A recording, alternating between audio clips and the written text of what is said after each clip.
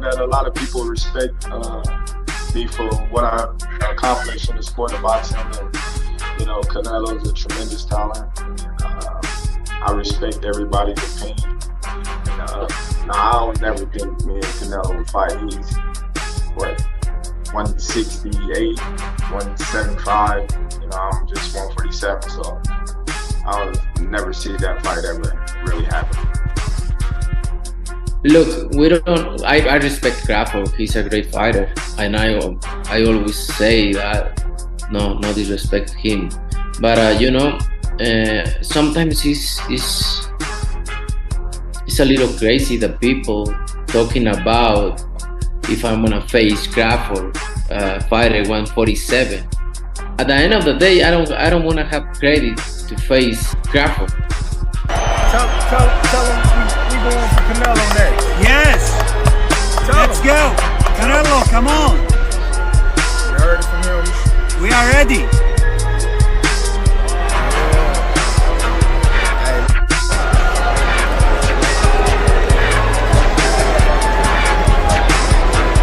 Just put me in the game, coach.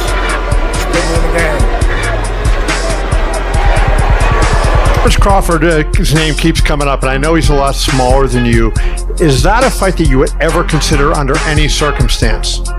You know, I always say if the fight make sense, why not? But he's not in the plan. He's not in the plan. No. They talk all the crazy stuff about me going up and having a tough time, but he went up in weight and lost. That's the difference. I went up weight and won. He went up and lost. You know, so let's not do that, Canelo. I don't need to take that fight because everybody's gonna say it's too small, it's too small, it's too small, and then everything. But I knew. I think is the type of fight Terence Crawford is fighter is different. That's a big step.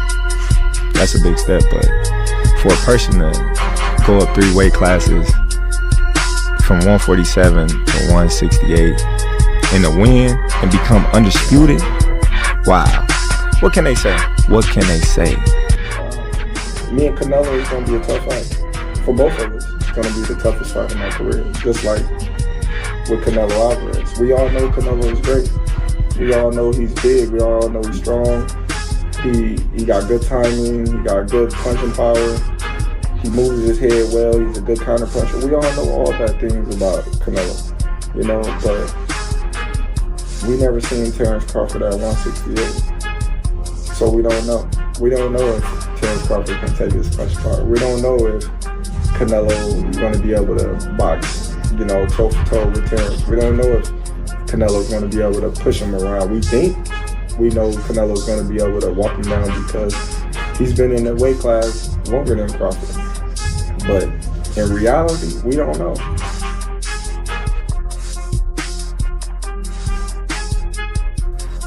It's finally here on Ennis.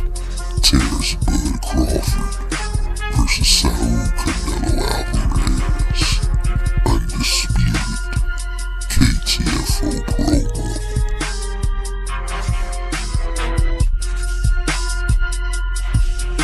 And please welcome the first ever and only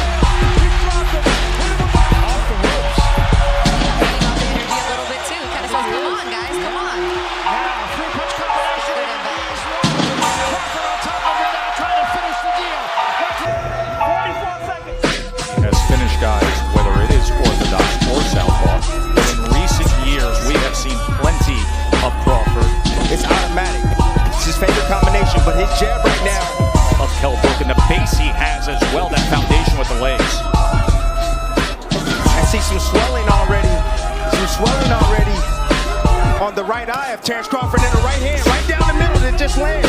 In the same position to let his prove a point and remind everybody why he's atop that list, and that's how you do it. Once again, to your point, Tim, it's not a 3 or 4 round fight. It's a 12-round fight. Sitting right on top of the orthodox fighter. Porter just able to get away from the uppercut. Good exchange on the inside. Good action here, round 2. Crawford lands a right hand. Now in range, trying to place that left hand right to the body. He does a few times. And then goes on the attack. Hoping that with the right hand, he gets out of the way, and all of a sudden Porter goes face first into the neutral corner.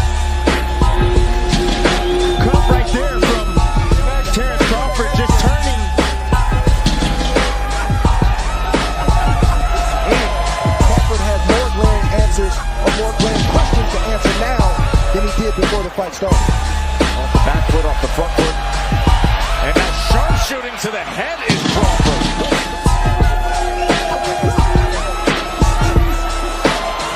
Left hand to the body again and again. Body work in that last round and the short uppercut that we showed. Now the body punches. 28. There is the knockdown score.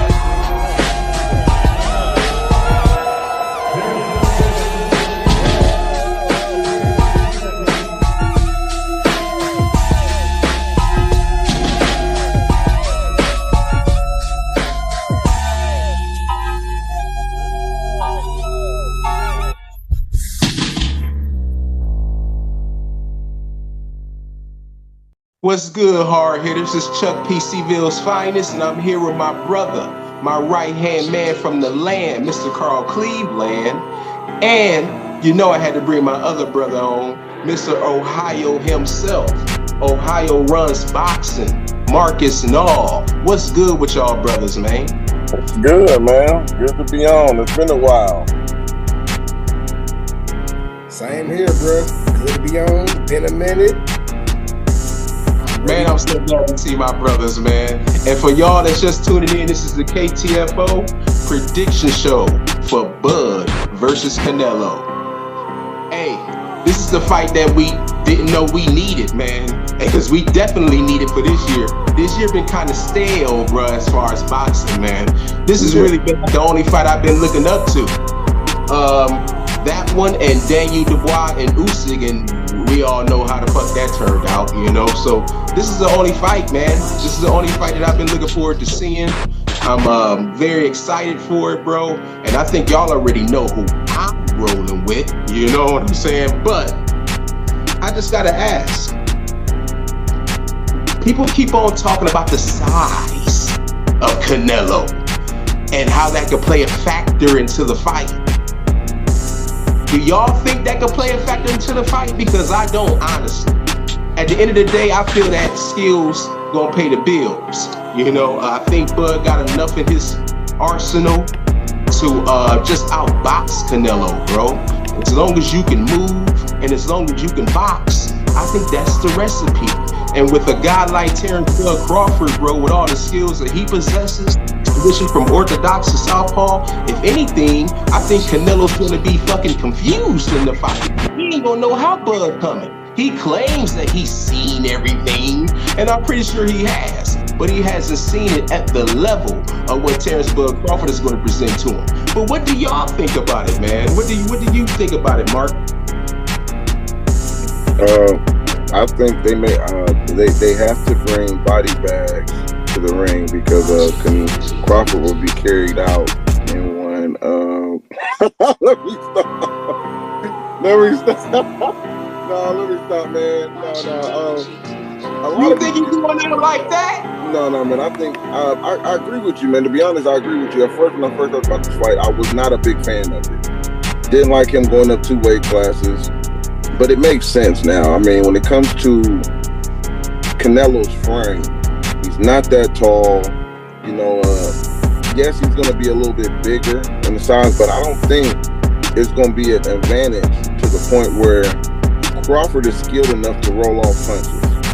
You know, if I'm Crawford, I'm going into the pocket and I'm going to force him smother him, but I'm going to be inside the pocket with him. Now, Canelo can counter very well, too. That's something that's a kryptonite of Crawford. When you fight a guy who can counter, Crawford doesn't let his hands go as much because he has to set up. He has to set up his attack by you going first sometimes. So he's going to have to be first a little bit with Canelo because I think it can be a lackluster performance where both of them ain't exchanging like you think they are because they're countering and trying to wait for one or the other. But to go back to what you were just saying, I don't think size is going to have anything to do with this, man. I think some of us, we get so caught up to just be listening. No, he's going to two-weight classes to fight a bigger guy, which is true. But this is like one of those only fights where I can look at him and be like, I can't say that against Crawford, man. Crawford's ability, he's a skill set.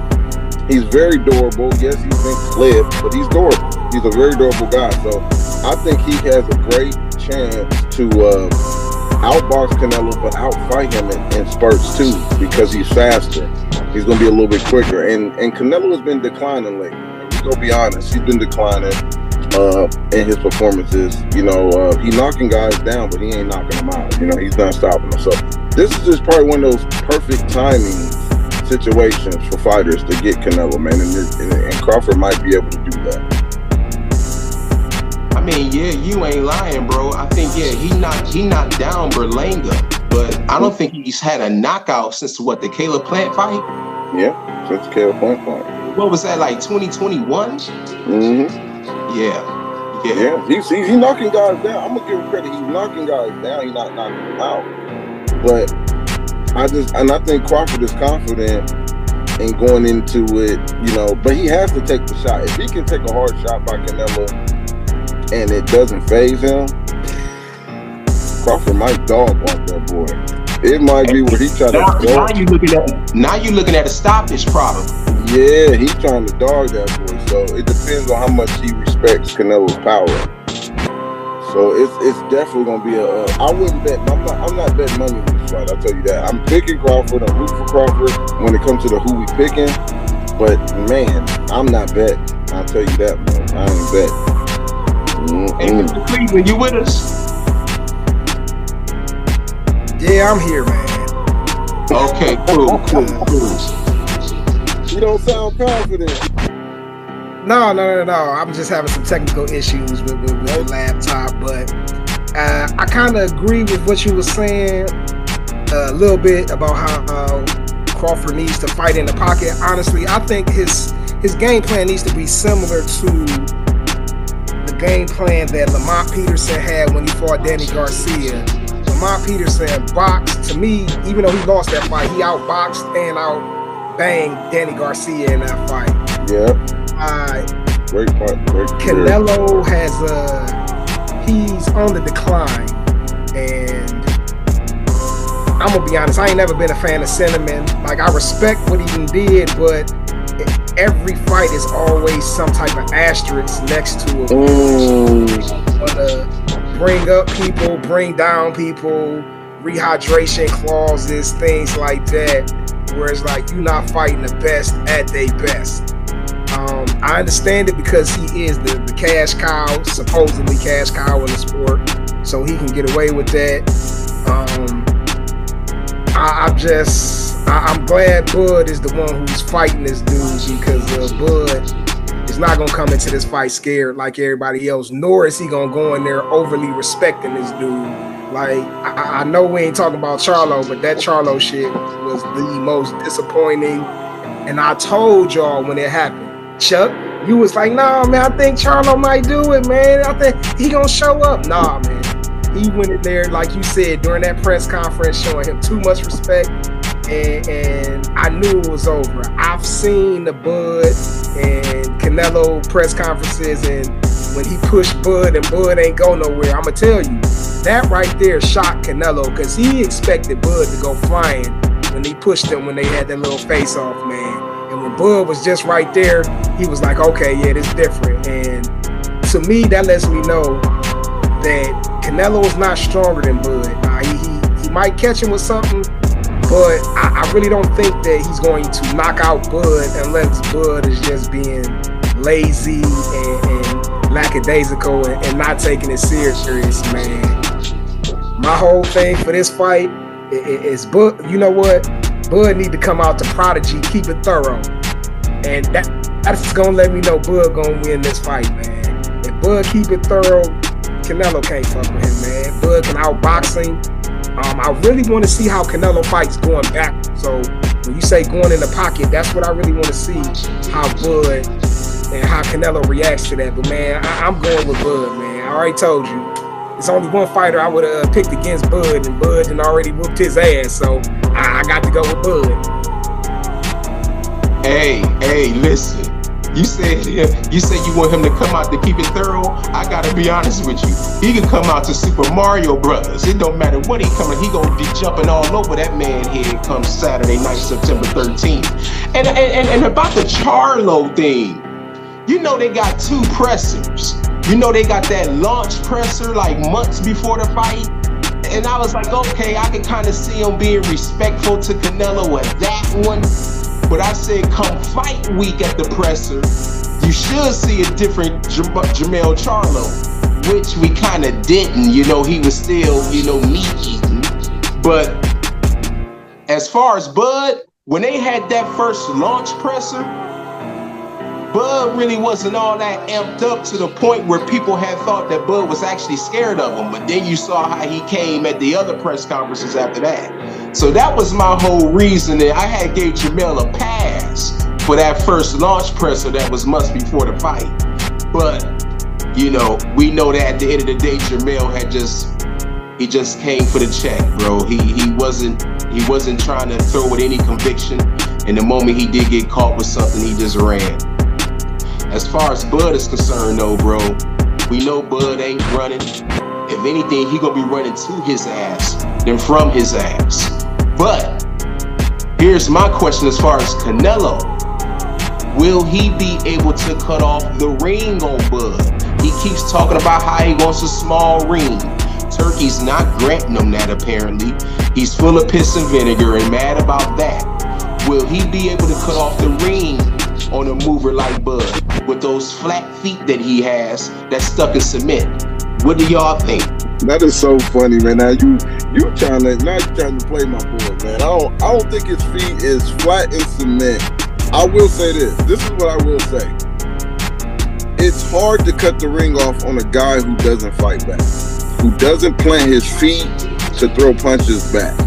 Ask Jaron Boots Ennis when he fought Karen in the first fight, right? Karen did not set his feet to throw back. He was just surviving, bro. And when he did set his feet to throw punches, he would land on Jaron Ennis at will, right? Then you got Skull, who did the same thing. You can't even hit him to the body because they ain't standing there. This is what people ain't pointing out when it comes to that Crawford and Canelo thing. I don't think Crawford is going to use the ring like that. I think he's going to have his spots where he's in and out, but he's going to surprise Canelo like Karen did to Boots Ennis in the second fight. Remember, I think we talked about this. Boots was preparing for the running. Boots got on his track shoes and was like, let's go, I got to go chase this dude. And Karen was like, I'm right here. Bop, bop, bop. I'm right here. And that throws you off mentally because you like, man, you're supposed to be running. You're supposed to be afraid of my power. You don't ever want to run against the guy who can punch. Because especially getting hit on an extended shot as you trying to leave out like Frank Martin. Look at Frank Martin against Tank. Frank was all pivoted. He was leaving. He was on his back foot escaping. He looked scared.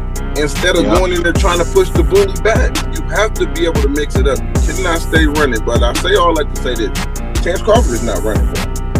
He is not running. I think he knows he can get the best of Canelo being inside the pocket and countering off Canelo. And still be able to box. Even set it up. But he is not going to move because he's afraid of the big man. He's going to move because he's putting himself in a position to set up Canelo. That's every move that Crawford is going to do has a strategy to it. You get what I'm saying? That's pretty much what I get out of it. And here's another thing. Crawford already knows Turk don't like the running. he's going to be down damn near 3 cards against Canelo, who got a 4-fight deal. Crawford don't have a 4-fight deal. So he knows he got to go in here and really do what he got to do against the real A-side. You know, that's just how I look at it. Yeah. No, he damn sure ain't running. Hell no. So do you think he gonna have a little bit of that of what Dimitri Bivol was doing with Canelo? Like just like doing it in spurts, moving around, but steady still boxing, throwing a jab, keeping him honest? Yeah, I think, but you know what, with Bomac, I think they might do something that we don't, because Bomac is so educated in the game. Remember when they fought Earl Spence? We never brought up a bazooka jab. We never knew that he was going to be using a bazooka jab on Earl Spence to offset Earl. You know, with that jab was hurting Earl, man, and they prepared for that, but nobody really brought that out because that was something they seen. It was like, hey, we're going to use this. So I think Bomac and his coaching, he's a better coach than what's his name? Canelo. I think he's going to be able to bring some stuff out that we did. Yeah, steroid with no so. Yeah, steroid with no so. All his guys just touch dirty. But I think he's going to bring some stuff that we just didn't think he would do and bring it to the table. And that's what makes Bomac so elite, man, and different from everybody. So I like Terrence Crawford's corner and game plan. But to go back to what you just said, yeah, I think he could pull off a Bibble 1, 2, 3, 4 while Canelo in the high guard trying to catch and shoot, and then he move over and then he reset Canelo. You know what I mean? So it could be a lot of things that Canelo gonna have to learn from and on the fly. And I don't know if he's gonna be able to do that. Mr. Cleveland, what do you think? Yeah, what I'm afraid, honestly, I'm afraid that Bud is gonna get caught trying to escape the pocket. Like I seen who did Canelo fight his last fight? Skull. Yeah. Where on one of the breaks, Canelo caught him to the body, and I can see Canelo being smart enough to, 2-3 breaks in a row going for the body, and then at the 4th break, he fakes like he's going to the body. Bud goes down low, then he hits him with a hook to the jaw, and Bud possibly getting clipped like that. But honestly, if Bud is serious and he's on his A game, man, and he comes out southpaw, for me, that's the biggest key. He can't come out orthodox, because when he comes out orthodox trying to download the data, he loses too many rounds. He can't get down 3 or 4 rounds against Canelo, because then he's going to need a knockout. If he comes out southpaw, like my man Marc said, using that bazooka jab and a southpaw stance, that heavy right jab that he had against Earl, even throwing 2-1 combos, man, and just outbox Canelo and bang him when he needs to. The one thing that I don't want to see Bud do is get into a firefight with Canelo, because Canelo's hands are probably heavier. His punches are probably going to be a little harder. And I don't want Bud taking unnecessary punishment. I don't even want Bud to even let Canelo throw off 4 or 5 punches in a row against him, even when he's blocked, because we know how the game is. Canelo will throw off 8-9 punches. All of them will get blocked, but they still gonna score for him like he did something. I just want him to control the range, control the distance. Don't give them any excuses to give Canelo this fight, because all of us know Canelo's the money. He's the A-side in this fight, even though he's not the better boxer. So don't give them any excuses to even give him a round. Don't do it. Don't play around with these folks like that, because they don't care about your own. So I need I agree. But you know what though, bro? You right though, man. Because like, even if those shots are getting blocked, they still hurt, bro. Bro, remember that fight Canelo had with Callum Smith? Bro, yeah. Callum Smith was blocking a lot of those shots, bro, but he damn near boxed Callum Smith's arm off, bro. Did you see his arm after that fight? Yeah. To the point where he couldn't block no more, bro. He fucked Callum up. So, no, you absolutely right about that, man. No, he don't even want to feel him even if he blocking those shots, bro. Like, that shit'll break you down still. Hey, if Canelo loses his fight, Does it tarnish his legacy? Of course it does, man. Because Bud is coming up 3 weight classes. He should not. Realistically, he shouldn't have a chance against Canelo, but because of his skills, and we all know skills pay the bill, he got a chance against anybody. But if Canelo loses his fight, and it depends on how he loses. If Canelo get knocked out, hell yeah, his reputation is tarnished. All that stuff he did beforehand is out the window if he get knocked out. If he gets outboxed, then it's not gonna take a bigger hit as it would if he got knocked out, man. Because I think all 3 of us believe that Bud is the better boxer between the 2, and I can easily see Bud outboxing him Mayweather style if that's what Bud chose to do. So yeah, man, his legacy would take a humongous hit. I agree. I definitely agree with that take. It's kind of hard to take some away from everything he accomplished, but if he gets knocked out by Crawford coming up in 2 weight classes, yeah, it's not a good look. I don't think if he loses to Crawford in a competitive fight, and this is only based on people who think it's a competitive fight, they shouldn't try to flip it and say, oh man, can't believe you lost. When we asked your opinion before the fight, you thought it was 50-50. Now all of a sudden he lose. No, oh man, you can't just do coming from 2 weight cuts. No, you can't play it both ways. If you think this is an easy fight for Canelo and he should knock out the little guy, then your expectations should change if the little guy comes up and compete with him and school him. Your expectations, you should be able to criticize him more heavily. I look at it like, I respect Crawford. I don't like him jumping up 2 weight classes. I'm not gonna say 3 because he fought at 154, then he went up. So he coming up 2 weight classes. But a lot of us respect Crawford. We think he is good. We think he's strong. We think he is not just the average guy that's just coming up for 154. Just to challenge Canelo. This man he used to wrestle. He got a strong background when it comes to wrestling and just deadlifting and all those other things. So it won't tarnish if he get knocked out. Yes, it would mess up Canelo. But if it's a competitive fight, no, I don't think it messes it up at all. But I will say this: Floyd Mayweather's name will be mentioned after this fight, whether you like it or not. Floyd Mayweather is going to be mentioned. Canelo's fans is going to say, look, we just beat a 3-time, 2-time undisputed. Have Floyd ever did it? They're going to throw all this type of stuff up with Floyd. If Crawford wins, people going to say Crawford is better than Floyd. Look what he did. He went up 2 weight classes, fought the number 1 guy at 160. It's a great debate to have, whether we agree or not, but that's going to be the talk. Floyd's name is going to be mentioned after this fight, whether we like it or not. Hey, now, with that being said, my next question is, when Bud wins this fight, will he be considered top 5 all time? See, that's a tricky question because we pick and choose fighters we like to put them in the top 5 because a lot of people say Crawford didn't fight a lot of people. Until he went as the Earl. They was criticizing that man. So, and I'm okay with, it's a great debate because, again, we are comparing accolades and resumes. You know what I mean? Yeah. Who would you rather be?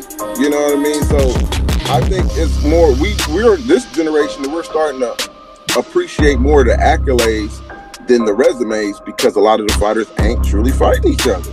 So now we get more undisputed guys because they can make more fights with guys they don't even know who got belts. So they becoming undisputed, and it's like, who did you fight in that weight class? You know what I mean? So it's no disrespect, but it's just the truth. Like, that's why we get more. Just like a newie. Right. There you go. It's like we get more undisputed, but who are you fighting that we respect? That's to say, oh dang, this is gonna be a touch. This is gonna be a good one. So I think it's gonna be with accolades, and we gotta be careful with that because we got Usyk on the same path. I think Usyk is a great fighter too. I think he's gonna be a top 5 based off what he accomplished in this era.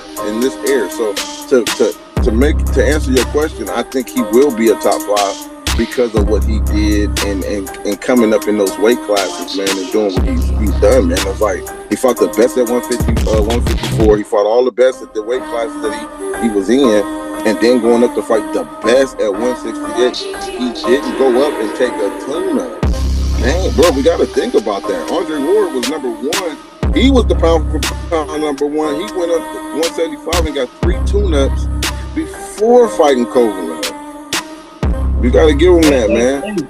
And keep in mind, bro, everybody Bud fought at 147. He either knocked him out or stopped him, bro. Like, the freak he had at 147, bro, was crazy, man. Mm-hmm. Cleveland, what do you think, man? Do you think he'll be top 5, man, when he beats Canelo? We had this conversation. I told you if he wins by decision, he's top 10. I told you if he knocks Canelo out, yeah, man, because it's gonna be hard, and it's gonna be hard to deny his accolades.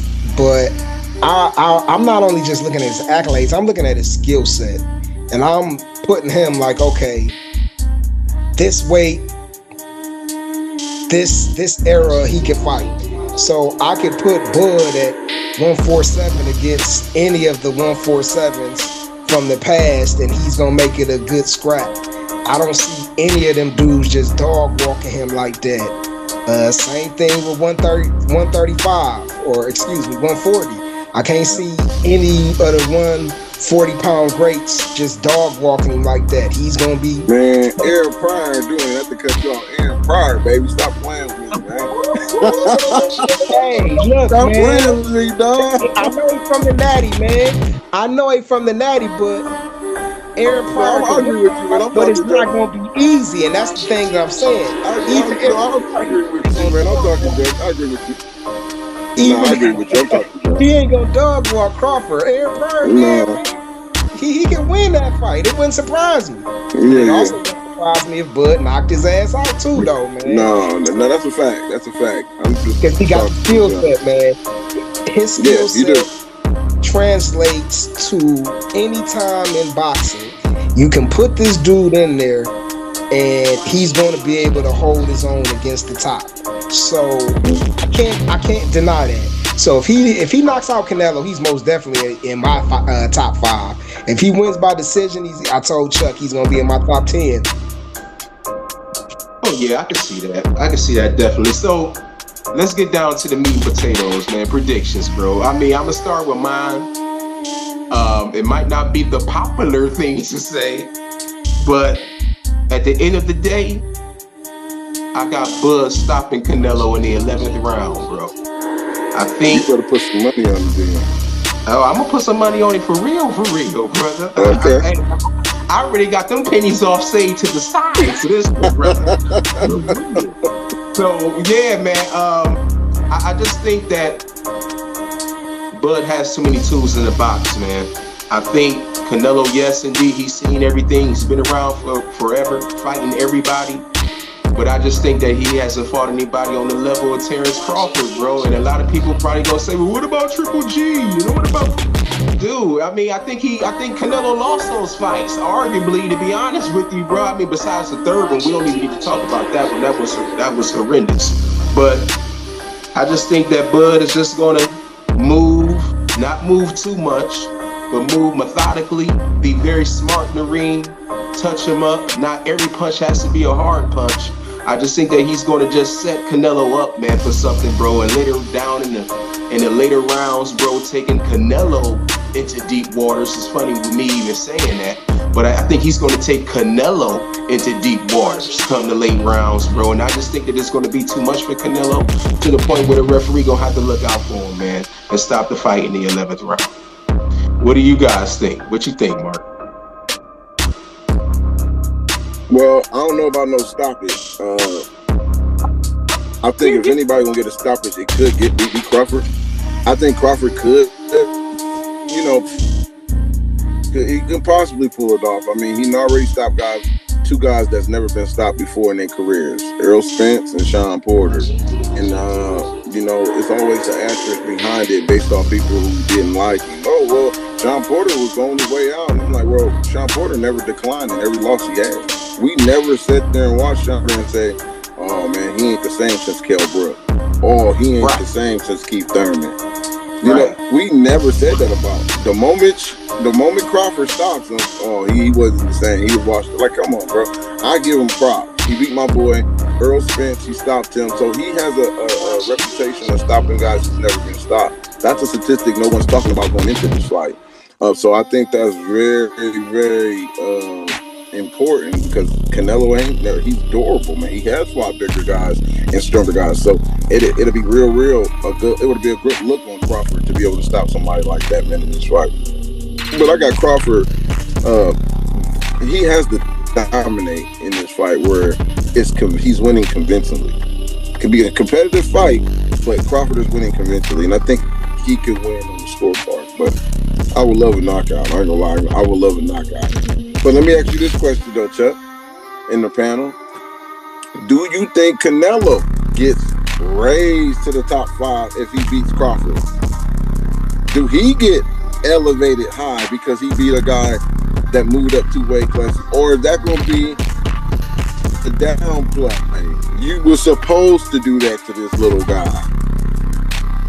Now, you want to know what's funny? Even he's going around saying that he's not going to get no credit if he beats Bud. But we have to see how that fight plays out. You know what I'm saying? Like, if it's a tough, grueling fight, bro, and Canelo squeaks it out, then I think he should get the fucking credit, bro, because he was in there with a killer, a real killer who wasn't scared of him, who came to fight. They were at their best, both of them prime for prime. Well, Canelo's a little bit on a decline, but he still got enough, man, to put on a damn good performance against Bud if both of them come to fight, you know. And if it's a grueling fight, bro, and he edges it out, he should get the credit, man. He should. But now if he go out that motherfucker and he do Bud like how he did Jamel Charlo, then probably not. I think what more people think? Be so mad. But yeah.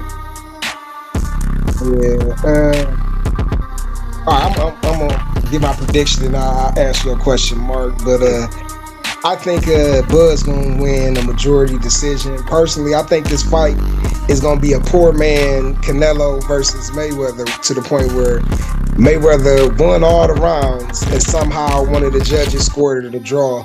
I think in order for Bud to get the decision, just like Mark said, he's gotta dominate. It can be competitive, but it has to be like very decisive at the end of the round. Bud won that. Bud won that. Bud won that. And I see him winning a majority decision.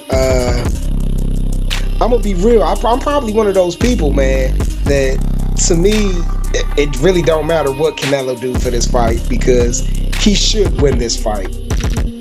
He's the bigger dude. He's fighting somebody coming up 2 weight classes who's not even acclimated to the division, didn't take no tune-up fights. He has not fought at that weight before in the past. If he comes out, to me, honestly, Canelo really is in a no-win situation. Because if he comes in and blows Bud out the water and knocks him out in second, third round, or on some Amir Khan type stuff, then he ain't gonna get no credit. And then on the flip side, if it's a dog fight and he barely wins, it's gonna be the same thing. People gonna say, hey man, you barely beat Bud coming up from 2 weight classes, man. How can we take you serious? So honestly, I do give Canelo credit for taking this fight. Well, I can't give him credit because Turkey threw that bag at his ass. That of course he gonna be lying. You damn sure. He'll take the criticism all the way to the bank. Trust me, he'll be all right. But honestly, if I'm being real, he's in a no-win situation, man. He can't win, because like you said, Mark. Even if he does win, well, you did what you're supposed to do. And then if you lose, oh my God, is he gonna get roasted? Is that fair though, Cleveland? They gonna beat him like a pinata if he lose, man. No, you right, but is that fair? Oh no, it ain't fair. It ain't fair. But that's why I respect him to a certain degree for even taking the fight, because he's in a no-win situation, man. You know, and I'm glad you said that, because I do that with a lot of the fighters too, man. And I almost feel like I was the only one who defended Jermell Charlo. And Jermell Charlo, people who rooted for Jermell Charlo and said he had a chance. And then, you know, even when y'all was just beating up, that's fair, talking about his energy at the weigh-ins. We quote all the time Mike Tyson's famous quote, everybody has a plan until they got hit. That's what I saw with Jermell Charlo. Not just leading up to the fight. In the ring, when he really felt Canelo, he realized, I am not a 168-pounder. I am a 154-pounder. And he got on this bicycle to survive after what he felt. Now, he could have been mentally already defeated getting in the ring, don't get me wrong. But what I seen was a guy who got touched and he retrieved. And what other people did was they didn't like Canelo, so they shitted on Jermell. You came for the payday. You never wanted to go out on your you know, everybody don't want to go out on the shield. If he's hitting like that, and that's what Jermell felt, hey, I'm going to the distance. I'm not about to get knocked out to prove y'all that I got heart and I'm a lion. I'm already showing that by taking this fight, knowing these two weight classes with no tune-up. And I don't think we took that in consideration. A lot of us just personally said that he was going to do what he was going to do because it's Jermell. He's undisputed. And we wasn't being realistic in his situation.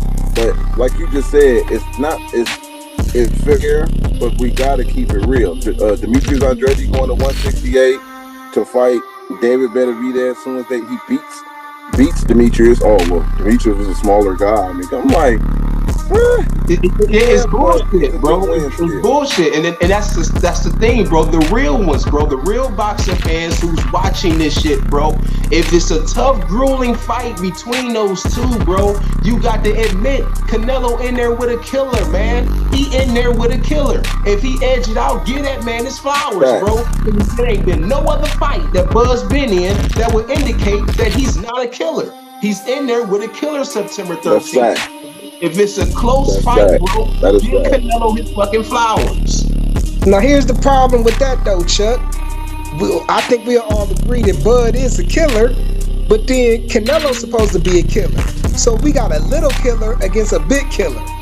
And come on now, the big killer's supposed to win. We gonna give you credit because, oh yeah, that little man, he a bad motherfucker. But he's still like 20 pounds lighter than you. You should beat him. That's the problem. I get what y'all saying, and I agree with it. But I already know how it is, man. I know how it is. Boxing fans are dumb as fuck. Yeah, exactly. Yeah. They don't know what they're watching.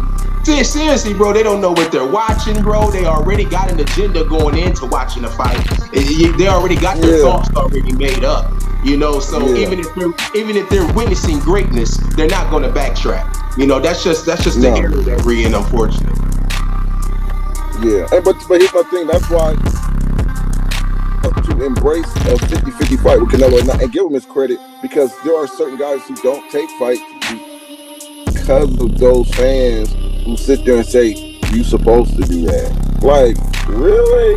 Like, I get what they're saying in a sense, but Crawford is different to a point where he can go up and a lot of people are starting to pick him. And what's going to be real interesting, Chuck, real interesting is how those betting lines is going to look. How is those betting lines going to look leading up to this fight where when they get close, what is everybody putting their money on? Is this really a two division fighter going up with no tune-up? How close do the lines be when it comes to betting? So that's going to be interesting. As you speak, Mark, they're tightening up, bro. Every week that goes by, it's getting closer and looking more and more like a 50-50 fight, bro. So you're absolutely right. Yeah, Vegas, they don't want to lose no money. Oh, exactly. Oh, bro, I already got my shit off to the side, bro. Like, I'm on this shit. Hey, but with all that being said, though, hard hitters, it's gonna be a good fight, man. I think it's gonna be the fight of the year, honestly. And Turkey got that money up for it too, bro. Performance of the night. You know, Bud going for it. Bud, I forgot how much it is. I don't know if it's 500,000, 2 or 3. It's up there, and Bud going for it. Hey man, are they drug testing for this fight? Hey, that's what the fuck they need to be doing. That's what I'm afraid of. You ain't lying. He gonna bring some of that what was that tainted cow meat to Saudi Arabia, man. That's what I'm afraid of. And honestly, they in Vegas for this. So he fight in Vegas. Okay. Yeah. Oh, then that make it even easier to get the tainted cow meat, man. Yeah. Hey, they just showed pictures of how they looking too, bro. I got that Canelo looking pretty ripped up. He looking pretty. They need to be testing that motherfucker day in and day out, bro. Eddie Reynoso, he no good, man. I don't know why people not seeing this shit. I don't know why people not investigating it, but it's something that people need to be looking into, bro. Yeah, hey, man, you know why, man. Listen, you know why. Don't make me quote that Boxing Nation, dog. Right. But I will say this: I hope they do test. They should be on it. And I think Crawford will push for that even more to make sure they doing their part, because this man has tested positive twice already. Canelo has tested positive twice, and he didn't jump weight classes. He did went from 160 to 175, and then came back down. You get what I'm saying? So I wouldn't put nothing past him. Hey, you want to know what's funny though? Check this out. Hey, y'all see this? Oh yeah, I had that. Guess what month and year this came out? 420.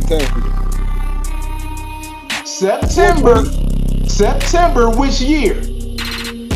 2022. 2014. Damn, Marc, you on fire, bro. But 2015, bro. This is September 2015. Now I want to show you what I got bookmarked, okay? Now, I got this bookmark. I don't know if y'all can see it clear, but they talking about Bud, okay? Yeah. This is a 3-page article on Bud. Now, hold on. As I flip 3 pages, they still talking about Bud. Guess who the fuck they talking about right after? Canelo, bro. In the very next article. It's funny, bro. They had them side by side, bro. 10 years prior. The book writes itself, man. And that looked like the scene where he knocked out James Kirkland. He had those trunk look like That's exactly what it was. It was right after that. Exactly, bro. So it's crazy, bro, how it comes to a full circle 10 years later, bro. On September at that, man. That was crazy to me. Dang. But I will say this off topic, guys. Next year, first quarter, I want to see Cleveland and I want to see Chuck in Cleveland, Ohio, when Abdullah Mason is bringing that WBO title back to Cleveland in headline. Gotta see y'all guys there. We not done yet. This is a 2-part show. We was gonna get into that in the later part. With that being said, though, hard hitters, this has been the KTFO prediction show for Bud versus Canelo. Mr. Cleveland, I want to thank you for hopping on for the prediction show. Marc Nall, I want to thank you for hopping on for this, man. Marc Nall, let them know where they can find you, bro. Y'all can find me on Facebook under Marcus Nall. I got Facebook Ohio Runs Boxing page too. Instagram Ohio Runs Boxing. Twitter Ohio Runs Boxing. And TikTok Ohio Runs Boxing, man. You can find me on those platforms. Hey, don't go nowhere, y'all. If y'all some real ones, then y'all gonna stay y'all asses here for part 2 for Realville, Holyfield. It's another special edition. I'm gonna have my 2 brothers right here with me. So stay tuned. We'll be right back.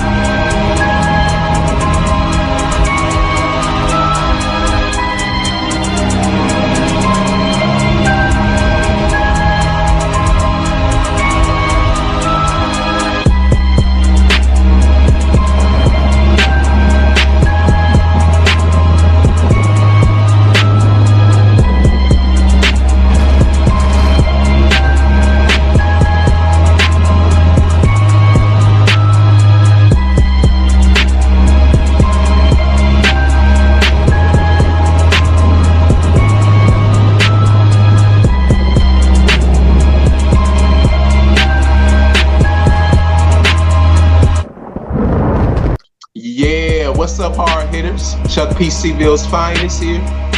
This part 2, Realville, Holyfield. And I got my boys with me, man. My right-hand man from the land, Mr. Carl Cleveland.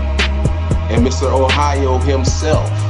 Ohio runs boxing, Marcus Nall. What's up, brothers? What's good, man?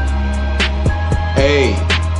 What's good? I want to start off Realville, Holyfield by talking about this individual right here, Jaron Boots Ennis. I got a little bone to pick with Jaron Boots Ennis. You know how they got that fucking game called Duck, Duck, Goose?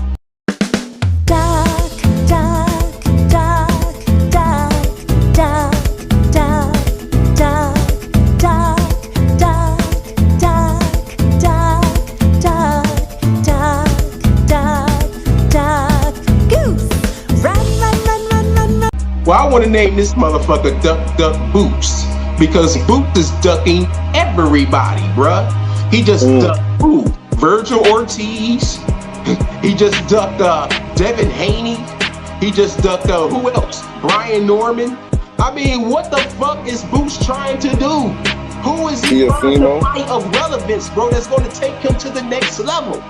Somebody should come on and chime in on this, because I'm about ready to go on the 30-minute rant on Boots' ass. Somebody got to defend this man, because I can't anymore.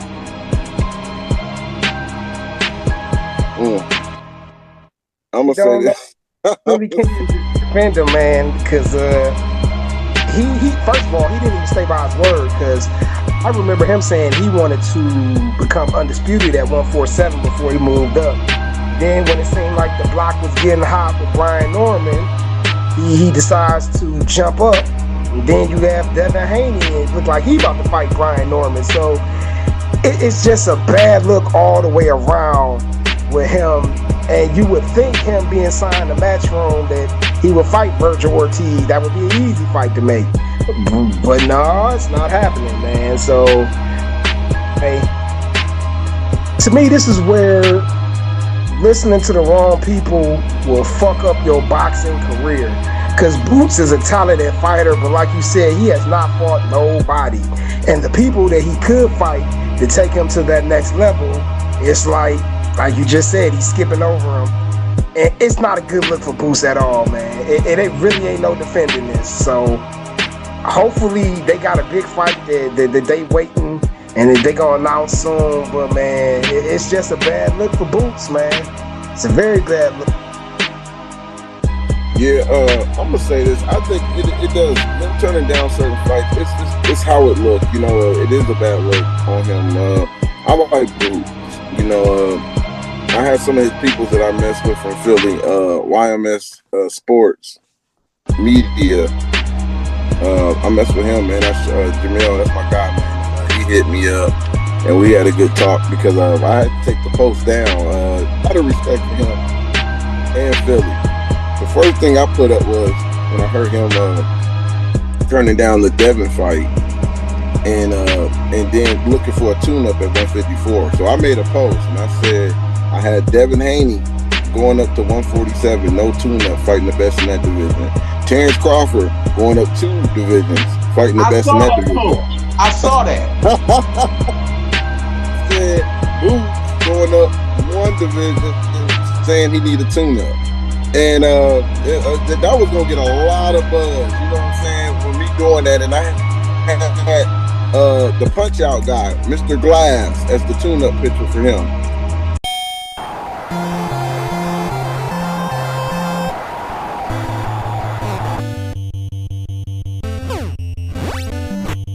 You know? So, right. So I took that down, respect for him, because we had a good conversation. And up, man, you fucked that. You should have kept that. let me finish. I'm gonna tell you what, I respect him though. I respect Boots and them, but he's open to criticism. That's one thing. He's open to this criticism. He put himself in that position, and that's fair. If Ohio fighters did the same thing, bro, that's fair. It's such thing as fair criticism. You can't sit there and do this and this, and then when we see another fighter do it, you okay with us getting on him about it. But when you do it, it's like, oh no, y'all hate it. No, bro, it's fair criticism. My thing is, and this is one thing I got insight on a lot of Ohio fighters. Boots is very talented. Boots sent an offer to Charles Conwell. Do you remember that? Oh yeah. Okay, sent the offer to Charles Conwell, but it's his mental to me. It's like he don't have confidence in himself. He sent an offer to Charles Conwell, not because Charles Conwell was the big bad boy at 154. It's because of what happened 3 years ago in sparring sessions with him and Charles. He got off on Charles. Charles was more coming forward, standing in the hot pocket, and trying to get off on him. But Boots got a little bit better off on Charles in those sparring sessions. Charles got it better the third day. Charles got off on him a little bit better, but Charles was really one-dimensional. You have to be able to box in and out with Boots. You know what I mean? And you can't be like a Stanionis and Villa just coming in with your hands up. He's gonna look fantastic against you. But I'm calling out his mental. This is what I'm calling out, because I agree with you, Chuck. He's avoiding fights. You shouldn't be put on a pedestal with Crawford and Earl Spence saying you want to fight them, but yet you going up a weight class saying you're looking for a tune-up. That just don't look good if you're comparing yourself to these guys. They're going, and then we got Devin, who's got embarrassed by Ryan. Then he became a villain, going to court, trying to file lawsuits. He became but here he is going up to 147, fight one of the hardest punchers at 147. You don't look good when it comes to comparing them like that, right? So when he sent the offer, to go back to what I'm saying, when he sent the offer to Charles Conwell, that let me know he was looking at Charles as a great name that people respected, but he was looking at it more like a tune-up in a way because it would be more of an easier fight. But when he fought Karen the second time and didn't stop Karen, he told people, I'm staying at 147. You was acting like you was going to 154, then you fought Karen, then all of a sudden you want to stay and become undisputed because you didn't look good. You didn't stop him. You thought you was going to stop Karen, and you didn't. So I think he's been backpedaling. One minute he say this, the next minute he say that. That's where the criticism come in. Why is Eddie sending offers that you don't know nothing about? How did Eddie send offers to this guy, but you don't know nothing about Virgil Ortiz getting an offer?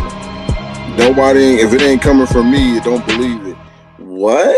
Like, what are we talking about here? Right. You know what I'm saying? So that's my problem with him. I think he's too talented. Now here's my thing to defend him. I think Turkey made it look bad on Top Boxing Voice when he said he wanted to have a tune-up. I don't do tune-up. I do big fights, which is true. Turkey do nothing but big fights. I listened to that audio about 10 times, man. Turkey had me dying. This big fight, right? To build it up. But as an Ennis, this is the first time between me and he doing business. He asked to go to 154 and have tune-up fight first. I am not charity. Go do it with Eddie, the tune-up fight, and if you're ready, you will have in my side a lot of people waiting for you. Bro, it was funny. He said, I do big fights. You don't do that, right? So it looked bad, but here's me being realistic, playing devil advocate for Jaron Boots Ennis. If Boots Ennis don't say he's looking for a tune-up, I want to know what fights was Turkey going to present to him at 154. Was it the Virgil Ortiz? Or is he looking for a good fight that's still considered a tune-up that I would respect? Is Harrison Lubin a tune-up and still a good fight? I don't even think Turkey looking at no goddamn Erickson Lubin, unfortunately. But no, I'm talking about that's not a Turkey fight. That's not a Turkey fight, but is it a respectable fight to go to? Yeah, it's a respectable fight. It's a respectable fight. Because I'm looking at it like this: if Boots can't get none of the champions, he can't get Sebastian, he can't get who else the champion at 154? Terrence Crawford dropped the belt. He done moved up. The IBF champion, Nall, whatever his name is, the IBF champion. He can't get him. He's in the. I think he's actually negotiating with Lubin. I think they're supposed to be having something. But now remember, we gonna get. But remember, Turkey. Remember when he was still at 147, Turkey tried to offer Teofimo Lopez to boots too. That's another one. At 147. Then at 54, he wanted the Virgil fight. So there you go. Those are two Turkey fights. Those are big fights. And I don't know why he wouldn't take that. I think he's favored in both of those fights, bro. Yep. I think Boots is favored in both of those fights. I don't know. It's his confidence. He didn't been spoiled with the lack of competition. I think he got spoiled, bro. I think he's been spoiled, and now he don't feel confident in himself when it comes to stepping up. You done made your money now. You done made a couple million. Now it's time to just go for legacy, man. Big fights. Like, I don't get it. His confidence is shot, bro. His confidence is shot to the point where he don't even feel confident leaving Philly. Brother, you scared you can't sell out anywhere else? You gotta keep staying in Philly for your get the fuck up out of Philly, bro. You done been there, done that. Now you want another tune up in Philly? Yeah. I see the play. He wasting time. I think he wasting time. He wasting potential time, man. I think go in, fight Virgil or Teofimo. See, Teofimo was in a win-win situation anyway. Teo go up and daring to be great. He lose. It is what it is. But he was daring to be great. If he win, damn, that'd be you lost to Teo. You know what I mean? But I think he was supposed to take that Teo fight. Teo coming off the race and stuff. Bro, you supposed to have your people was gonna be behind you on that fight. It don't get no better than having race build up in a fight, bro. You missed a big opportunity. The same way Ali Wash missed the opportunity to fight Jake Paul. Bro, you ain't going no far in boxing. You got your grandfather's last name, we get it, but you ain't gonna do nothing. You ain't about to fight beat no champions, but you better go get that bag from Jake Paul and let him knock you out, bro. That's what it is, though, dog. He know he gonna lose that fight. He not trying to go out like that to a Jake Paul. He'll go out like that to a quote-unquote real boxer. He not trying to get knocked out by Jake Paul because he ain't gonna be able to come back from that one. But you got to get that bag, though. I mean, why not lose to him? Hey, I agree with you. To a taxi driver and you don't get the bag. Come on, man. I agree. He got to beat the PR team. That's what he needs. That's what I said. Before that, though, it was before that. It was before they was trying to get him before that. Losing to Jake Paul ain't too bad. Yeah. We would look at that even that. You know. To be honest, not to be off topic, I like Belonga Ali Wash at 160. Give us that little fun fight. Oh shit! Hey, I also wanted to bring this up though. You know, they've been talking about a lot of the steroid use. You know, people popping dirty left and right, especially out of that Eddie Reynoso camp, bro. I can't, I'm running out of fingers. I can't name how many fighters have popped dirty for him.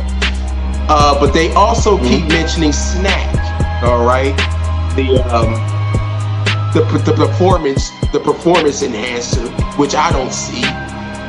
With Victor Conti and all these other people that they talking about.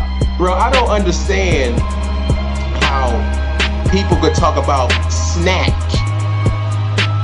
making such an impact on these fighters, bro. Ain't no goddamn steroids and no fucking Snack, man. Like, they keep talking about Victor Conte knows how to get past the tests and everything else. Brother, I use Snack. Like, dude, like, it's harmless, bro.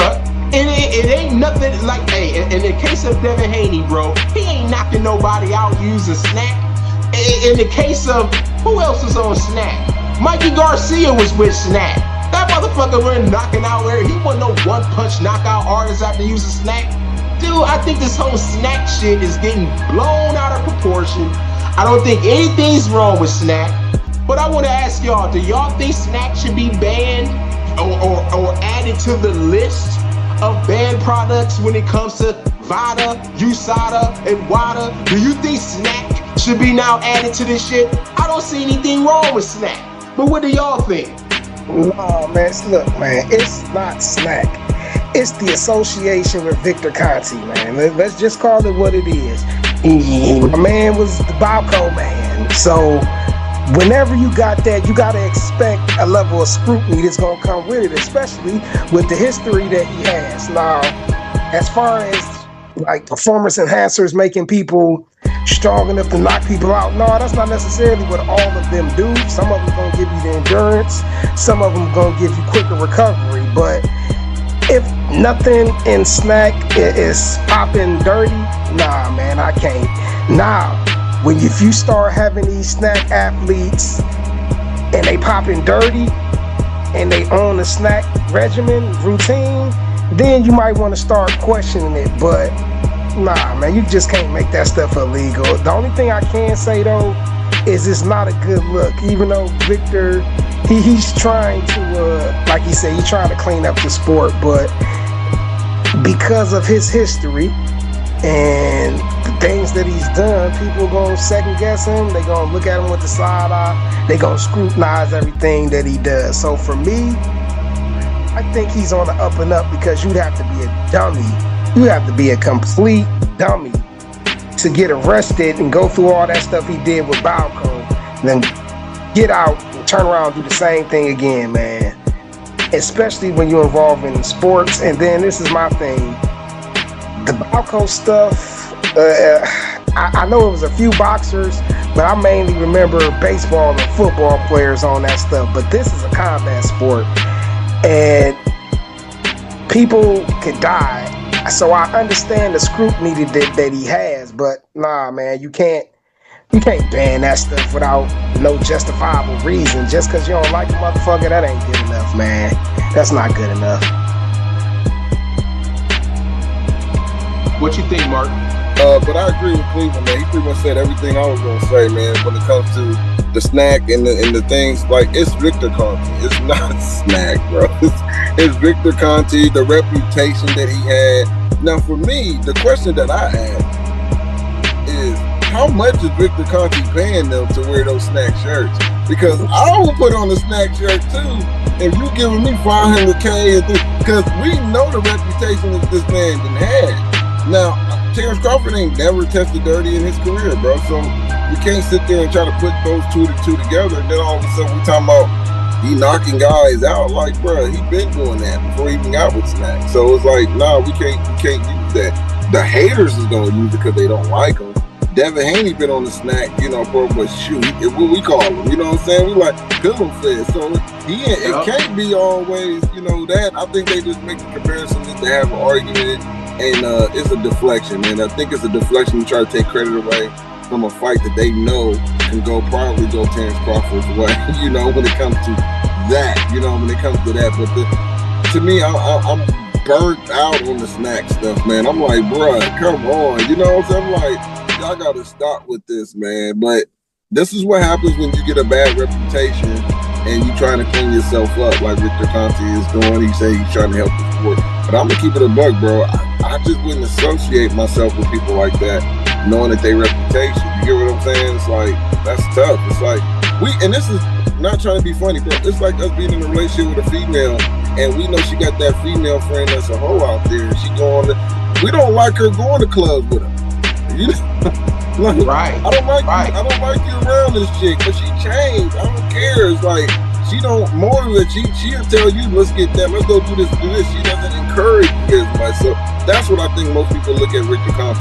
But he's not guilty if we ain't seeing the part of him fighters are still testing positive under him. That's my only problem. So it is what it is. Good. Hell, so I'm glad we all heard it. You done heard it here, man. Victor Conte is a reformed hoe.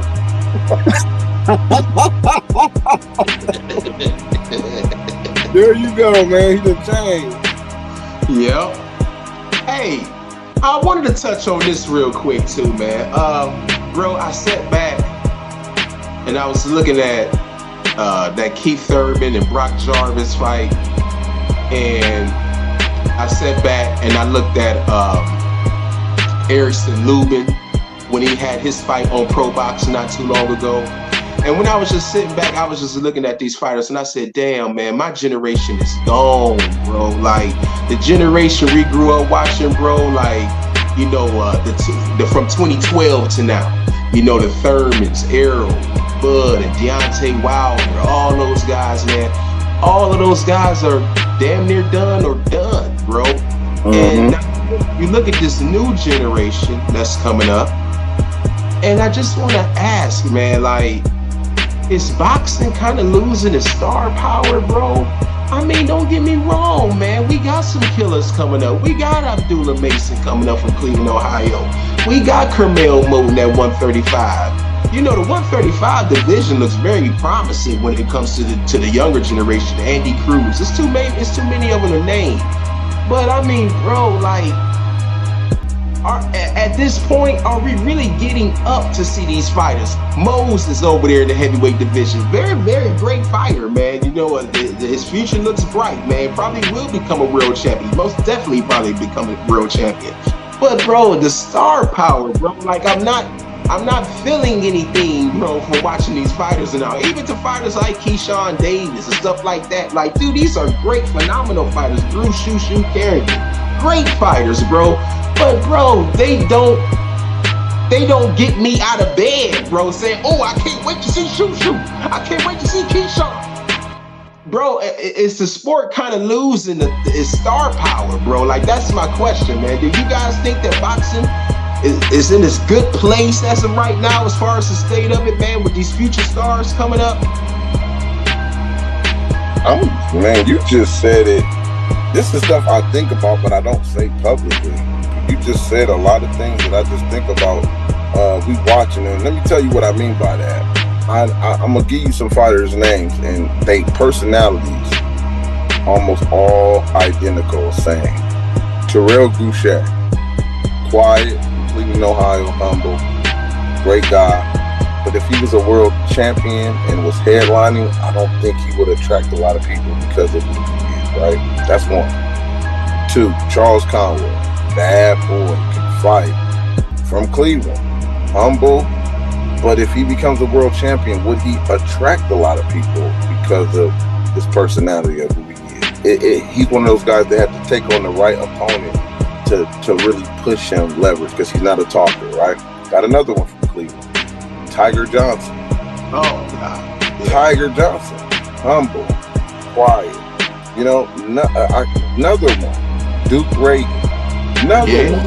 I mean, another one. I can give you a list of these guys that have they're not getting us up like, oh my God, they fighting. You know what I mean? Oh, no, this is, you know, I can't wait to see. I'm looking forward to them. Like, we watch it because we love the sport, but they're not making us really eager to want to see them more. And it's starting to see like that's across the board. It's a lot of those guys like that, from the Brady, Haven Brady out of Atlanta, cool kid, but not really talkative. I can give you a list of them. Dante Benjamin is another one. It's a lot of these kids. It's almost, I don't know if I want to say, it's almost like the you know, the lions, the ones that's not that they talk that talk and back it up. They're more humble, and there's nothing wrong with it. Don't get me wrong, but we need our villains to be able to keep the balance. And if we got too many nice ones, it's not going to be as entertaining. You get what I'm saying? So the ones that we did have, they just couldn't hold the torch enough. You know, the Tony Harrison, the Adrian Browners. You know, those were the guys that we was loving because they was talking, and they still won certain fights. They just couldn't hold the torch long enough to cross over to bring another fighter into them, because we need those type of fighters to cross over. But Chuck, you said a lot of stuff to be on a lot of our minds, bro. You just really brought that out because it seemed like it's declining to a point where we're going to get a lot of fighters that will be champions, even undisputed, but we really ain't going to care. Look at Usyk. I think Usyk is a top 5 heavyweight of all time. He probably could be top 5 on people's list. But are we going to really go back and watch a lot of Usyk fights and be like, man, I got to go back and watch Usyk? I mean, are we really? I mean, the man don't talk English. I don't relate to him as much. I just don't. You know what I'm saying? Like, that just don't. So it's like, he's a good fighter, but I ain't impressed. Klitschko was the same way. He reigned for 10 years, bro. And we didn't care. Didn't give a fuck. They had to do WWE interests to try to get us to be entertained and be so happy because he was knocking everybody out, and everybody they built up was done by the time they fought Klitschko. So that's my problem. You know, that's my only thing. But you, great point, bro. You brought out, because a lot of us think like that. Yeah, bro. Just our shit talkers, bro. Broner, Deontay Wilder, Tyson Fury, Rolly Romero. You know, like, bro, like, I'm not seeing that out of anybody in this new generation. And it's concerning to me, bro, because at the end of the day, bro, we do this, bro, to help grow the sport. We need fighters to also participate, bro. Talk a little shit. You know you a killer, bro. This is entertainment, bro. This is the entertainment. You got to entertain, bro. It can't just be all about the fighting. That's cool at the end of the day. That's the end all be all. But bro, you got to get people to want to see you. Mr. Cleveland, what do you think? It's what you guys just described was a sport-wide issue in the state of boxing. It's, to me, it goes deeper because Marc just gave you a list of fighters and he just said all humble. Their promoters know that they humble, so if they can't talk, I'm gonna be honest with you, you better act like this to WWE. You better stick a manager with him. You better stick a mouthpiece with him. One of his boys, somebody in his crew got the gift of gab and can talk more shit than a little bit. So you put that dude next to him and you want him to be the villain. You have his peoples talking. Sort of similar to what Brian Norman and his dad. Yeah. And to a bigger extent, I'm forgetting his name. Angel and Danny Garfield. Bill Haney. And Danny. You know how Angel talked all that shit. Danny really didn't talk that, but Angel had everybody hating Danny because of the garbage he was talking. That you ain't supposed to be. Let me tell you something, young. Let me tell you something, bitch ass nigga. Listen, bitch. Okay. You getting fucked up. All that? Well, none of that here. Ain't no love for a living. This fucking brutal shit. This the shit kick your ass, you know, kill you in the ring. That's the shit. This shit ain't lovey shit. I know that. We got that. Like I was saying, there's no friend factor in this fight right here. And boxing need a voice. There's a lot at stake, and there's a lot of passion on. There's a lot of passion on this hand. Y'all them chickens be talking shit about the American fighter. That's the only respect I'm gonna give because you're an American. But we gotta love our fucking American fighters. All these motherfucking immigrants come from another country, bullshit our fucking fighters. That's the only respect I'm gonna give because you're an American. Like Danny is. God bless America. Where Donald Trump at? Come get him. I want to see Trump. Trump, where are you? Make America great again. And if you know your dude ain't no talker like that, you would think that a promoter who wants to, well, they gonna make their money before, but you would think they want to make as much as they can, would say, hey, you're your childhood friend over there, your boy, your homie from the block, yeah, he can talk, man. Get him up here, have him talk shit about your opponent, man. Let's hype this up. Problem is, you got other fighters, though, that go to the extreme, where you got somebody like a Keyshawn Davis who's doing all that damn monkey business and embarrassed the race on ESPN, and it's like, but I think that it's a part, like I said, it's the promoters, the fighters themselves, and their team. We all know this is entertainment. You know you got to draw interest, man. So it's like all these dudes is focused on is fighting. And yes, you do need to focus on fighting. Don't misunderstand what I'm saying, because if you can't box, then don't matter how good you talk, ain't nobody gonna watch that shit. But there has to be some type of balance where, okay, I'm a bad motherfucker in the ring. Now I'm gonna let my peoples talk about how bad I am, even if I don't feel comfortable doing that. And then these dudes gotta stop being afraid, because some of them are afraid to talk and say the wrong thing. Man, people gonna rock with you who gonna rock with you, and the ones who ain't gonna rock with you, they not gonna rock with you. Be yourself. Let the people actually see that, and it would draw more interest in this. But as far as the state of boxing going, nah, man, it's we got good young fighters, but it's not in where we want it to be. Superstar stage, yeah. Once Tank Lee was like, what are we doing? Like, who we got? Shakur ain't a star like that. Nah. Because I put it to you like this, man. When Mike Tyson's reign, his first title reign, man, I was 4 years old, man. I was born in 85. I'm 3-4 years old when Mike was fighting, and I still remember that. A 3-year-old knowing who Mike Tyson is, a 4-year-old knowing who Mike Tyson is. You don't have that in the sport today, man. Just like my pops was talking about Ali, that's the type of aura that he had. Everybody knew who he was. Everybody knew who Evander Holyfield was, whether you was a boxing fan or not. You knew fighters. You knew Sugar Ray Leonard. You knew Marvin Hagler. You knew Tommy Hearns. You knew Roberto Duran. Even if he wasn't the biggest fan of boxing, you knew all these guys. You don't have that now, and like I say, everybody got to take a part of the blame, because the fighters themselves have to take a part of the blame. The promoters definitely have to take part of the blame, and for me, they just gotta talk more, man. They gotta get out there more and just stop being afraid. It really is. Here's my thing, bro. We got hype of Mike Tyson when he was fighting nobodies. Yep. We knew he was gonna go out there and knock this motherfucker out in one round. Because we just had to see it.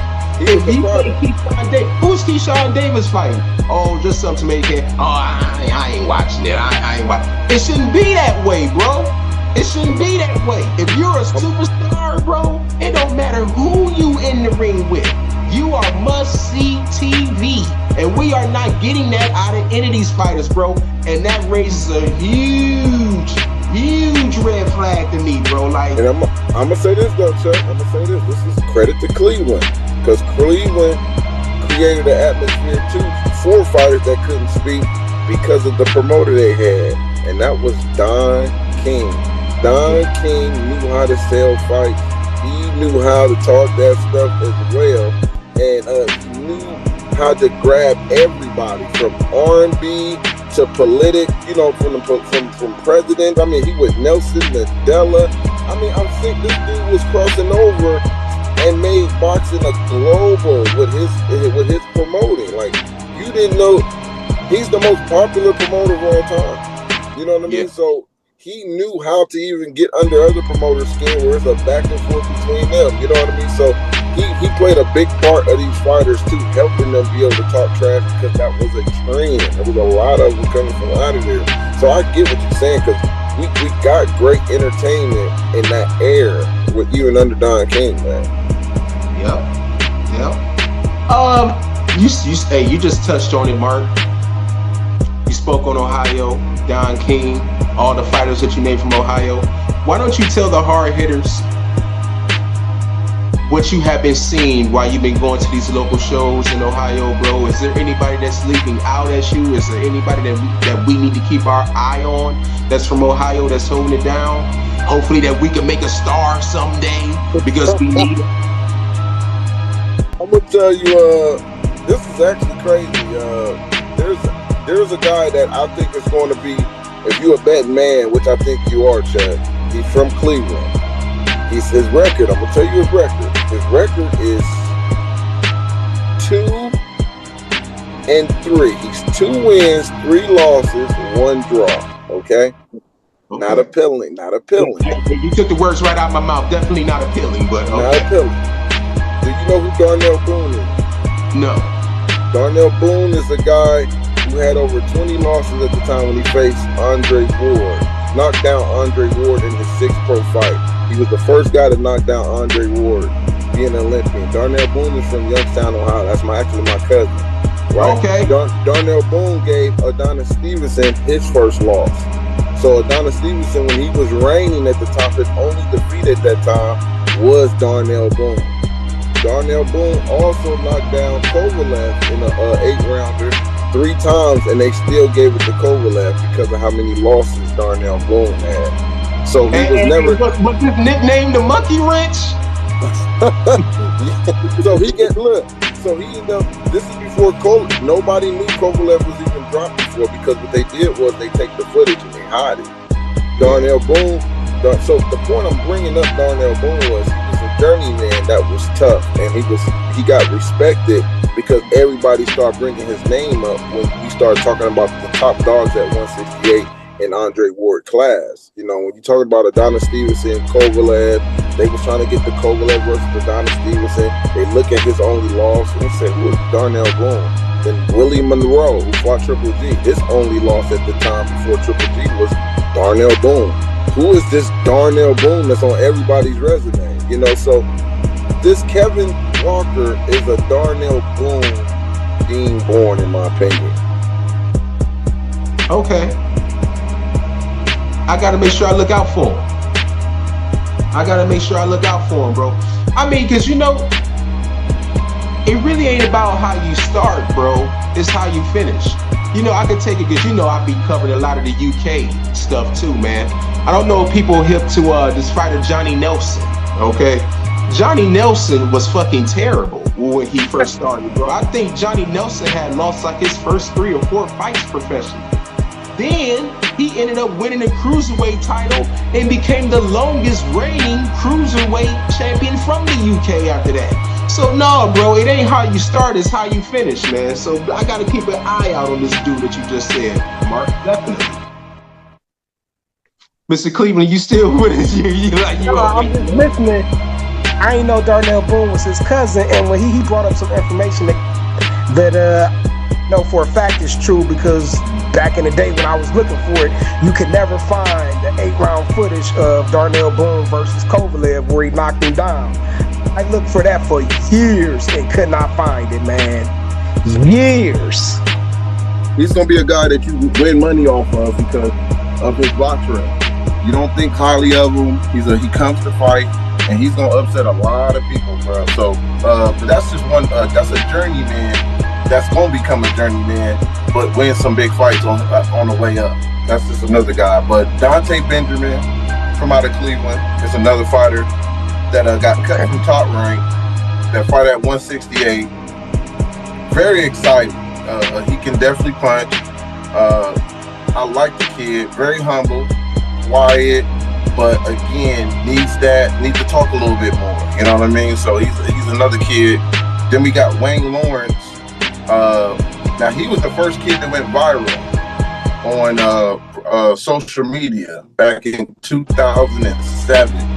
They call him Little Bam Bam. Our next guest is an internet sensation with more than 1.5 million hits on YouTube, and he's only 7 years old. Have a look. Roll after that. Go 4 more. Hook right hand, go.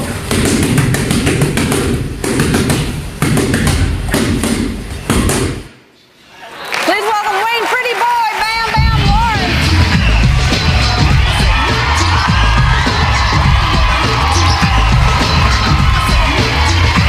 He was actually the one with the ponytail, and when y'all look him up, he go by Bam Bam Pretty Boy. He was on Ellen Show. They had him on ESPN punching the pass with blindfold. So he was all over. And then something where his dad and them, they just went into a dark hole, and I never knew what happened to him. But he's another guy. He's 7-1, and actually should have won his last fight. But he's another guy. Don't talk as much, but really good. And I think if they want to push him, they have to promote Little Bam Bam, who was more popular than damn near every fighter we done had when it comes to the social media era. So he was everywhere. Floyd Mayweather even had him in the mansion on his little hoverboard, and he was only 6 or 7 years old. So he had a lot of steam going, but I just don't know what happened where he just fell off and went into a dark place, and we didn't hear from him for a long time. So he's pro now. He fought last year, but he's another one. Wayne Lawrence, he's out of Toledo. Great, he's a really, really good fighter. The Mason brothers. The baby brother, Ibrahim. Then you got Adele Mason. Those brothers. You got some of those guys coming out that nobody really talking about. Adele fights on August 30th in Toledo, Ohio. So he's another one that's on the uprise, man. And Antoine Jones, one more. I got Antoine Jones is at 168. He sparred with Jake Paul not too long ago. He's ranked number 10 by the WBA, I think at number 10 or 11 at 168. He's from Toledo, Ohio. His name Antoine Jones. Pretty good. Another one. Quiet, but he'll talk. He'll talk now. He really a talk. He'll talk. And I think he's gonna get the more comfortable he get, the more you see him talking. Antoine to talk. Mark, what the hell is going on with Ofa Jones? I mean, I see his sister got belts, bro. I think he's training now. I think he stopped boxing. He just gonna train, bro. He training his sister? Nope.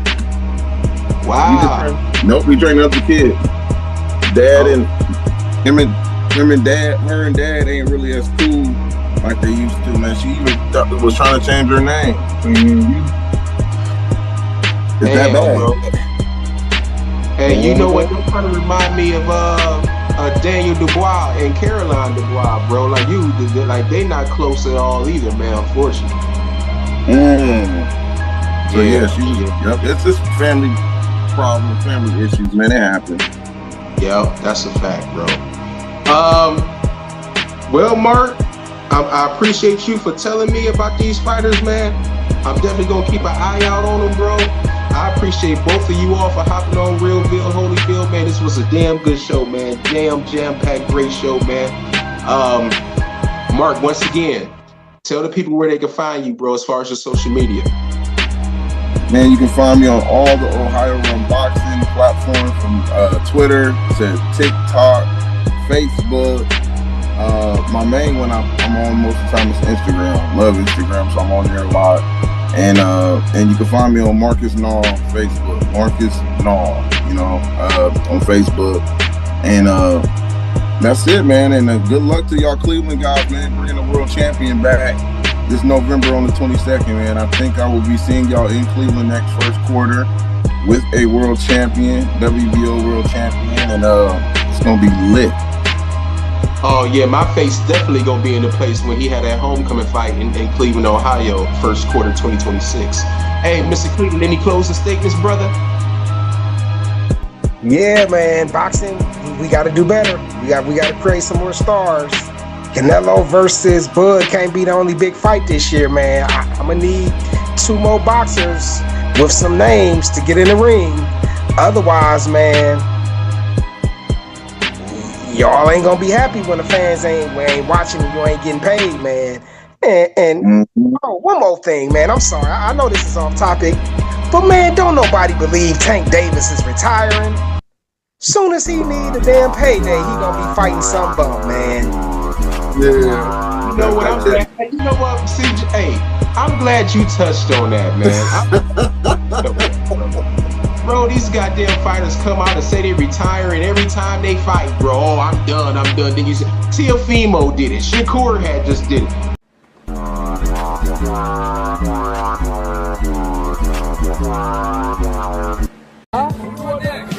Retirement, man. I'm kind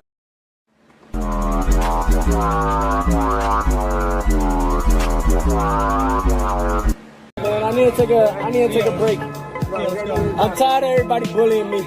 Bro, don't nobody believe Tank Davis with that retirement shit. Like you say, he just need a big payday. He's disgruntled and mad at the PBC by the way they're handling things and everything. So no, he'll be back, man. He'll be back. He'll be fighting a tomato can in no time. So, hey, man, to all the hard hitters out there, man, I appreciate y'all for staying with us, man. You a real one if you stayed through this whole video, bro, because I know this motherfucker pushing 2 hours. But on behalf of Marcus Nall, on behalf of my right-hand man, Mr. Carl Cleveland, I'm Chuck P. C-Ville's finest. But to you haters, call me your highness. I'll catch y'all on the next one.